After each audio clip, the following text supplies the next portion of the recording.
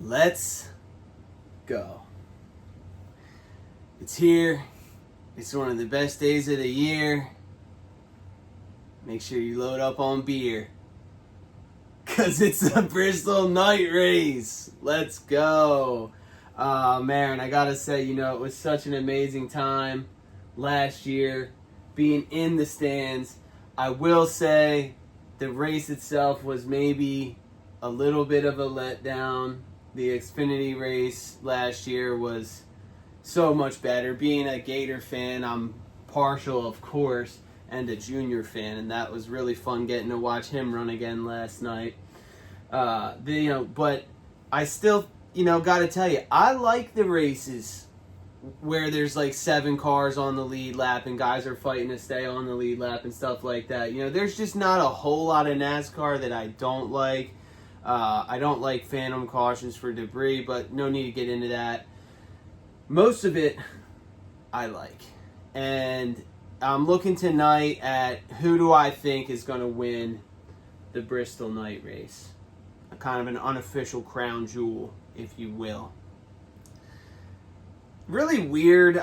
Most of the guys from practice that kind of had good stats in practice, they were not guys that had good stats and the other metrics that we look at here at Capping the Cup. The only one really who had good statistical history here in the next gen, in the night race, I did look as well at the spring race, it was Kyle Larson. Kyle Larson is a race favorite. Obviously, it seems Vegas is aware of this, what we've stated. He's plus 300. As of right now, I am going to be on Kyle Larson. It's a high risk, kind of high reward situation. He is typically like a wreckers or checkers kind of guy. And unfortunately, last night, we got bit with Gator. This is Bristol, so you're going to be around lap traffic, You're going to get somebody that can hit the wall and bounce into you, and now your whole race is done. That risk is going to be present. So, as of now, I'm on Larson. I am going to think while I grill these steaks, do I want to be on Hamlin or Bell? Hamlin and Bell are 450 and 650, the next two in line, Marin. Denny Hamlin damn near has to really kind of almost win this race. This is a playoff cutoff race too. So there's going to be some people that are not advancing, and Hamlin's had a wretched playoffs thus far. I do like the idea of going with a guy that's got his back somewhat against the wall, and Denny Hamlin at 450. Chris Bell did an outstanding job in this race as well previously, but I believe he ended up getting wrecked out. He has the highest driver rating, actually, of all the cars.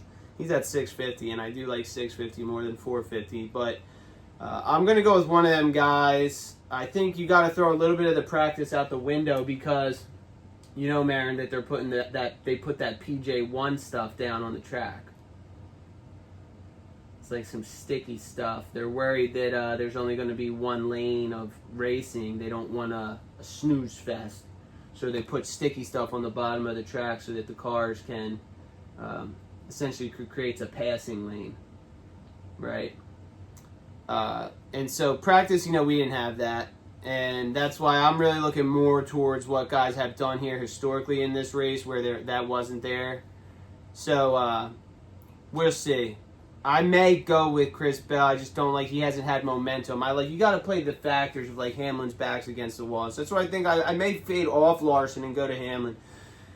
Other than that, down the board, it's the Bristol night race, It's like Chase Elliott's plus 1,600, which I think is kind of crazy. He has an average finish of 5.7 and 3 top 10s in the next-gen car at Bristol. Former Bristol winner in the Gen 6 car. I know it was an all-star race, still won that race.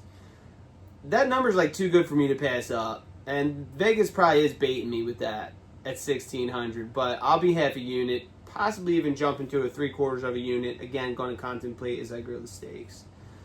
So it'll be one of Hamlin, Larson, Bell, and it'll probably be Hamlin the more I'm talking myself into Hamlin.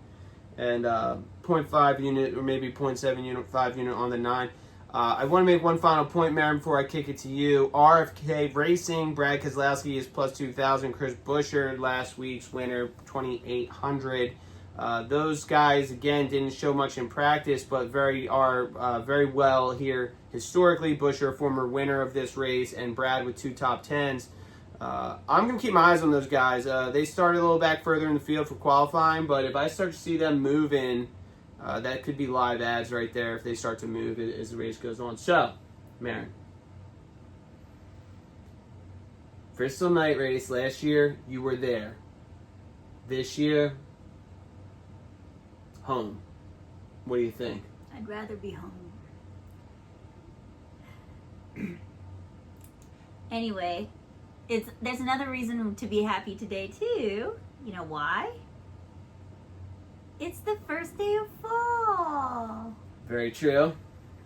It is. We got some fall decorations put around the house. Bought some fake pumpkins at Michael's, set them out. It's looking nice and festive. Even got a nice little wreath that we hung on the door. I love fall. I hate summer. So I choose Blaney.